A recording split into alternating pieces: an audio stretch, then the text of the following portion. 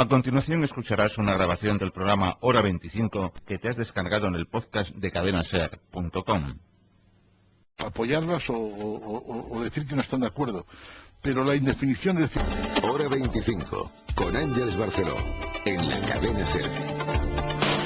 10:39, 9:39 en Canarias, con Cristina de la Hoz, Miguel Ángel Aguilar, Rosario Valpuesta, Carlos Carnicero. Esta madrugada ha aterrizado en España el primero de los 5 presos de Guantánamo que va a acoger nuestro país. Es de origen palestino, viene con permiso de residencia, podrá trabajar, viene a rehacer su vida en libertad.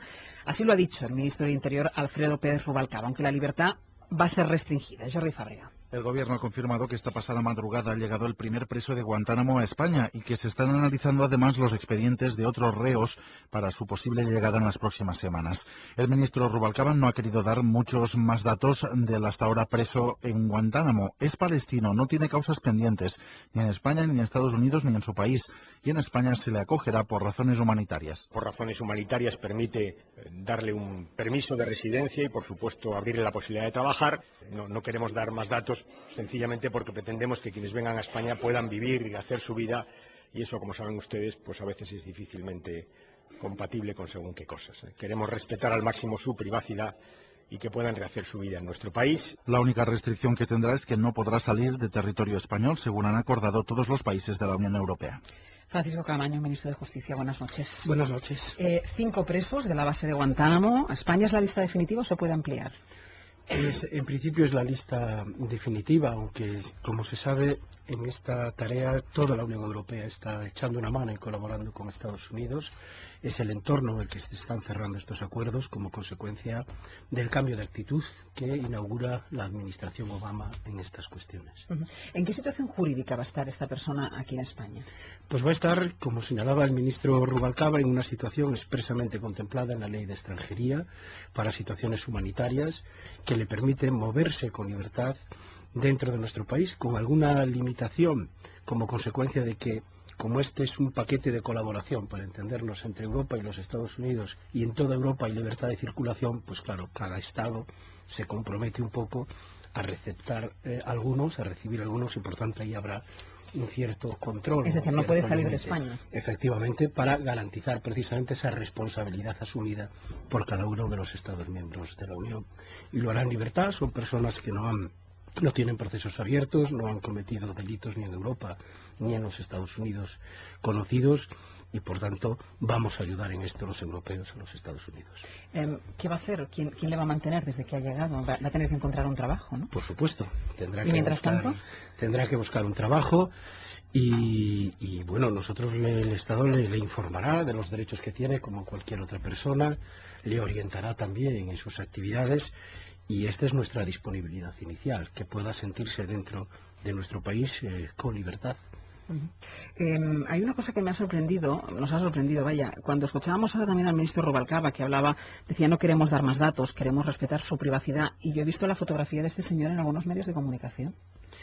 Pues probablemente eso sea inevitable, que esto ocurra, que la información adquiera esto, no quiere decir que desde la responsabilidad pública que tiene el ministro del Interior o yo mismo como ministro de Justicia no queramos respetar efectivamente la privacidad de esta persona. Creo que es lo que debemos hacer como responsables públicos. ¿No le gusta que aparezca su imagen? ¿No le gusta que haya aparecido su imagen? No, yo no.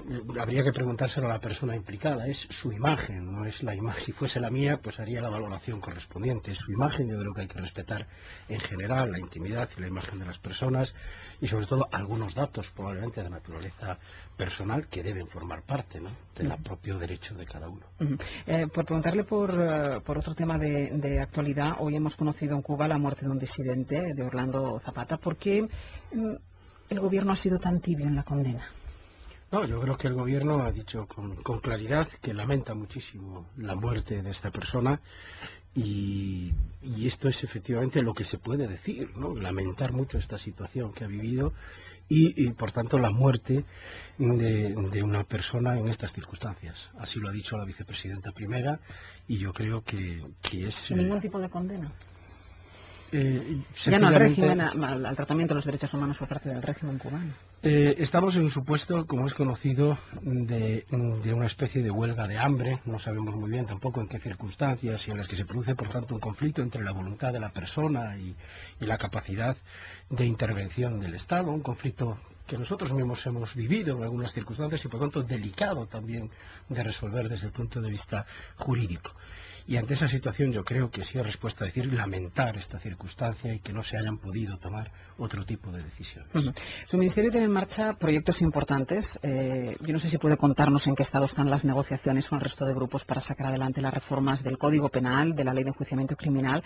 Yo no sé si, por ejemplo, nos puede decir si al final los fiscales van a instruir las causas, si ha conseguido convencer al Partido Popular en esta materia.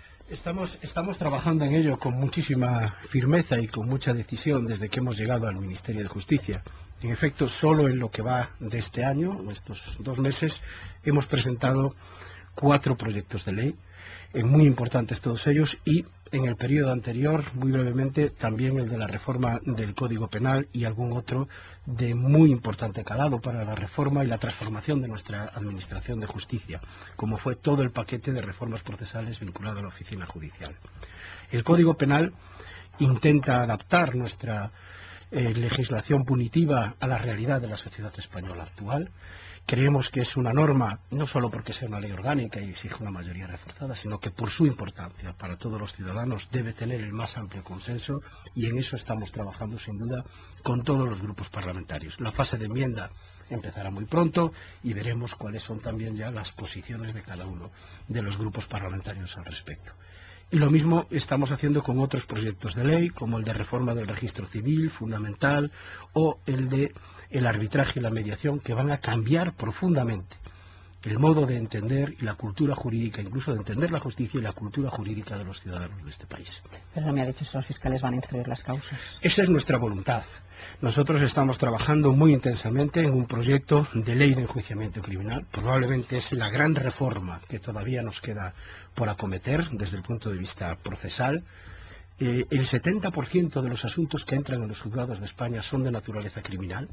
Por tanto, tocar esta pieza, que es muy antigua ya, es un elemento clave. Lo vamos a hacer y creemos firmemente en que deben separarse las funciones de investigación de las funciones juzgadoras. Creemos que de la misma manera que tras la entrada en vigor de la Constitución todos comprendimos con relativa facilidad que el juez que instruía no podía juzgar, y hoy el instructor no dicta la sentencia, debemos también entender que una ley que le dice a un juez que tiene que averiguar la verdad, por tanto investigar los hechos y a la vez proteger los derechos fundamentales de las personas que tiene que investigar, pone a ese juez en un compromiso, y que por tanto mejor es que alguien asuma la tarea de investigación, sujeto a la ley, por supuesto, con autonomía, como lo puede hacer el Ministerio Fiscal, y que el juez sea el garante de los derechos y de las libertades de los ciudadanos ante esos procesos de investigación. ¿Y a los jueces, a las asociaciones judiciales, qué les parece? Pues lo hemos hablado, las asociaciones fiscales, digamos, están a favor de este rol del Ministerio Público, que es el generalizado en las democracias de nuestro entorno. Solo queda Francia en este momento y lo está cambiando también. Y las asociaciones judiciales, muchas de ellas lo ven con buenos ojos, existe alguna más reticente, la mayoritaria tiene, la Asociación Profesional de la Magistratura, algunas reticencias, pero creemos también que explicándolo, sentándonos y poniéndonos a trabajar y potenciando el papel del juez en la instrucción, que no es lo mismo que ser juez, instructor, creemos que podemos encontrar una fórmula común. Me hablaba usted antes de consenso en estas reformas. ¿Es más fácil el consenso o el entendimiento con el PP en estas reformas judiciales o en el tema económico? En materia de justicia hemos intentado desde un primer momento buscar los consensos más amplios. Lo hemos conseguido no solo con el Partido Popular, sino con la práctica totalidad de los grupos parlamentarios en las 16 leyes que hemos reformado de la oficina judicial para sacar adelante esto que es un proyecto de país de cambio y de modernización de la justicia, y lo hemos hecho hasta ahora en la gran mayoría de los elementos, digamos, proyectos que hemos presentado. Ojalá podamos seguir así en esta línea, pero desde luego el Gobierno tiene en esto posiciones firmes que va a respetar y que tienen que ver con mejorar la calidad de la justicia, hacerla más ágil, suprimir trámites, hacerla más sencilla y mejorarla, porque los españoles hemos hablado mucho de la justicia como valor, de la justicia como poder del Estado, de la justicia como tribunales y muy poco de la justicia como servicio público. Y nosotros tenemos un interés especial en hablar de esto último. Estos últimos días hemos asistido a una grave crisis en el seno del Consejo General del Poder Judicial a propósito de, voy a entrecomillar, el intercambio de cromos en las plazas judiciales. Lo ha denunciado uno de los propios vocales del Consejo. Yo no sé si usted comparte la opinión del denunciante, pero da un poco la sensación que esto no hace más que seguir menoscabando la imagen de la justicia.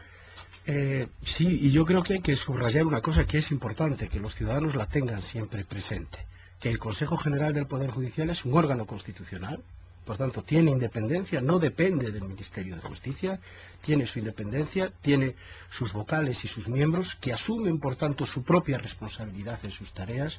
Episodios como este desde el Ministerio de Justicia se ven con preocupación, estoy seguro que pronto se van a superar, porque hasta ahora también es cierto que el Consejo, este nuevo Consejo, ha trabajado bastante bien, con bastantes criterios de uniformidad y de profesionalidad. ¿Se traslada esta preocupación al Consejo General del Poder Judicial?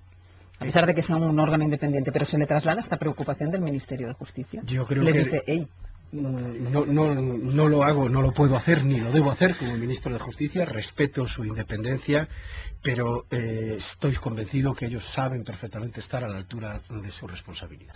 Situación del juez Garzón. ¿Piensa que hay elementos suficientes desde un punto de vista jurídico para sentarle en el banquillo por alguna de las tres causas que tiene abiertas en el Supremo? Como ministro de Justicia nunca opino sobre asuntos que están sub iudice. Estos lo están claramente. Son los tribunales quienes tienen que resolver estas cuestiones a la vista de los hechos y de las pruebas que en su día se practiquen. Mientras tanto, lo obligado y lo debido es respetar la presunción de inocencia de todas las personas, también, por supuesto, la de este juez, y lo mismo respecto de las medidas de sanción o no que corresponden al Consejo General del Poder Judicial. Y sobre la sentencia del Estatut, dígame una cosa, ¿piensa que va a salir pronto esto? Es un clásico ya en las preguntas. Yo no sé, ahora le preguntaré porque hace un año, yo creo que es justo hoy, hace un año que usted empezaba a ser ministro de Justicia, y yo creo que la primera entrevista además nos la dio ahora 25, y yo no sé si incluso le hice esta misma pregunta, cosa que no me extrañaría. No lo recuerdo, y yo siempre respondo porque así lo creo, no también porque sea un clásico en la respuesta, que los tiempos políticos y los tiempos judiciales son muy diversos, y que la agenda de trabajo del Tribunal Constitucional, aunque a muchos nos gustaría que esa sentencia pues estuviese, pero los ritmos de trabajo en un asunto tan complejo los marca el propio tribunal, y cada vez que ha ido movimientos de que esto ya está, antes del verano, después del verano, en fin de año, pues al fin y al cabo creo que las predicciones no han acertado del todo. Por tanto, quiero ser prudente y espero que lo que sí queremos tener todos es una buena sentencia del Tribunal Constitucional. Pues digamos una cosa, ya que los tiempos políticos van por un lado de los judiciales, por otro, ¿por qué son tan lentos los tiempos judiciales? Pues esa es de las cosas que queremos efectivamente acortar de una vez. Y necesitamos para ello no solo más jueces, que también hacen falta. Y quiero dar algún dato, porque a veces las referencias cuantitativas son importantes y no siempre se ven. En 2 legislaturas del Partido Popular en nuestro país se crearon aproximadamente, me puedo equivocar en 1 o 2, 750 juzgados. Nosotros esperamos hacer en estas 2 legislaturas, sumando las 2 con una proyección al año 2012, 1.435 nuevas unidades judiciales. Estamos duplicando los esfuerzos para que existan más jueces, más fiscales, más secretarios.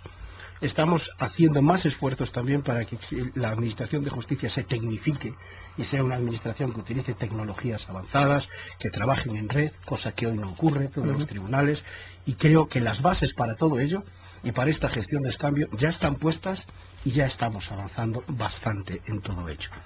Pero de todo esto no serviría si no acometemos cambios estructurales de raíz en nuestra administración, que sigue teniendo una legislación, hablábamos antes de la ley de enjuiciamiento criminal, del siglo XIX, que sigue teniendo trámites innecesarios, que sigue teniendo elementos como la lectura en vista pública de la sentencia, pero si es que hoy ya no hay nadie en una sala de juicios para leerle las sentencias, hoy la sentencia se comunica a los medios de comunicación, se hace notificar a las partes ya por otras formas, etcétera, etcétera. Tenemos que cambiar todo esto porque efectivamente los ciudadanos no lo comprenden y tienen razón al no comprenderlo. Ya sabe, ministro, que cuando uno viene ahora 25 se somete también a la voluntad de los tertulianos. Nos quedan nada, 5 minutitos para irnos a la publicidad. Carnicero, el ministro es todo tuyo. ¿Hola? Sí, Habíamos perdido Carnicero. Me preocupa mucho a lo que usted ha hecho alusión de la crisis de credibilidad de la justicia. Lo que ha ocurrido en el Consejo General del Poder Judicial, que como usted muy bien ha dicho, no es no es un departamento del Ministerio de Justicia, es constitucionalmente independiente. Realmente no hay ninguna manera de establecer, de arbitrar una solución que deje claro si realmente está habiendo reparto de prebendas o no, porque da la sensación de que eso se va a quedar en una denuncia de uno de los ponentes y que nadie va a tener especial interés en averiguar si ha sido cierto. Sí, muchas gracias y buenas noches. Buenas noches.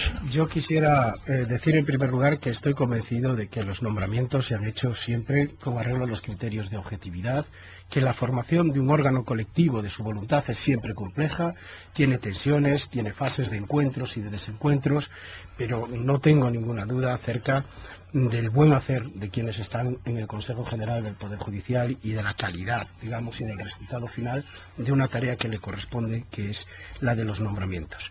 Desde ese punto de vista, yo creo que hay que dejar también y evaluar las tensiones momentáneas dentro de la institución como parte de su diversidad y de su complejidad, pero no apurar tampoco los extremos del razonamiento. Gracias. Hay un asunto que me interesa desde hace mucho tiempo, pero en fin, tengo las esperanzas bastante perdidas, y es el asunto de los registradores que tienen su sede en el Ministerio de Justicia, ¿no? Me parece que esto es un híbrido realmente extraño, es una entre funcionarios con todos los privilegios y por otra parte profesionales liberales organizados en un colegio que es una potencia económica corporativa descomunal, que están a cubierto, por cierto, de cualquier cuestión que suceda en el país. Quiero decir que cuando todo va bien, pues la gente inscribe sus pisos en el registro o sus hipotecas, y cuando va mal, pues también todo eso hay que volver a escribirlo, los impagos, los no sé qué, las deudas, es decir, y a pagar. Y que además, pues por ejemplo, a mí me ha interesado seguir un poco los notarios, que es una cosa que se puede parecer en alguna cosa, pero los notarios, al fin y al cabo, uno puede elegirlos. Hay una pequeña diferencia. El registrador es como el juez natural, el que te toque por la demarcación donde esté. Y todo esto, ¿están ustedes, ministro, en condiciones de hacer una operación de saneamiento, quiero decir, de transparencia, como la que ha hecho admirablemente, en fin, a cada uno hay que reconocer lo suyo, el ministro Blanco con este asunto de los controladores? ¿Están ustedes siguiendo de cerca ese asunto? Ministro. Sí. Alguna aclaración previa, si me la permite, y sí señalar la línea de trabajo en la que estamos en relación con la seguridad jurídica preventiva que incorpora a notarios y a registradores de la propiedad. ¿Por qué son distintas las dos funciones? ¿Por qué no se puede elegir registrador de la propiedad? Pues sencillamente porque ellos son los reguladores de entrada del sistema, no tienen clientes. El notario sí tiene clientes y por tanto trabaja en función de un cliente. El registrador tiene que garantizar no solo a quien va, sino a un tercero que pueda verse afectado como consecuencia de los títulos que se inscriben, la garantía auditada de la propiedad. Y esto es importante ponerlo en valor, porque en nuestro país y nuestro modelo de registro, más allá de cómo esté organizado desde el punto de vista de la profesionalidad y de la función pública, desde el punto de vista de sus efectos, es un modelo muy potente. Y prueba de ello es que tenemos una propiedad auditada de amplio valor, y explica también algunos de los procesos como el boom inmobiliario, etcétera, etcétera, que tienen que ver con el respaldo, con la garantía que da el registro de la propiedad al propietario. Por lo tanto, es un elemento económico fundamental que debemos de valorar. Pero es cierto que tienen que modernizarse también estos dos cuerpos, que hay que simplificar trámites y duplicidades que se están produciendo en la práctica y estamos trabajando directamente en ello. Es verdad que lo hacemos en este momento de la mano de ellos, que han asumido también algunos cambios y algunas transformaciones. Voy a poner uno muy importante. Con la ley de economía... Pero la función pública puede ser un negocio de ese nivel. O sea, es que eso me escandaliza, porque claro, si no, también los jueces me garantizan esas cosas, pero en fin, tienen una retribución, pues la que les corresponde, pero es que estos señores se forran. Y la gente donde se piensa que tenemos que ir a De eso publicidad. quería hablar muy brevemente un poco. Es verdad que tienen un sistema de arancel, a diferencia de un sistema salarial. También es verdad que ellos asumen todos los gastos de su funcionamiento y por tanto no hay una administración detrás sufragando otro tipo de costes, pero con independencia de ello quería poner un ejemplo de la línea en la que estamos trabajando. En la Ley de Economía Sostenible nos hemos empeñado en que en España tiene que poder constituirse una empresa en 24 horas de verdad. Lo hemos hecho, lo hemos hablado y ellos han colaborado expresamente en esto y verán que además se puede constituir con una tarifa limitada, para entendernos ya, máxima de 150 euros. Por tanto, estamos trabajando en abaratar algunos costes y en facilitar también el servicio a los ciudadanos. Lo tenemos que dejar aquí, ministro. Ahora, durante la publicidad, Miguel Ángel le puede explicar por qué esta manía que tiene él con los registradores de la propiedad. Tengo buenísimos amigos. No, ya. Pero... Y otros que no lo son tanto también. Algunos que se molestan cuando se habla de estas cosas. Por eso mismo, vamos a hacer una cosa, hacemos una pausa, ministro. Muchísimas gracias por haber estado con nosotros. Gracias a vosotros. Son casi las 11 de la noche, las 10 en Canarias.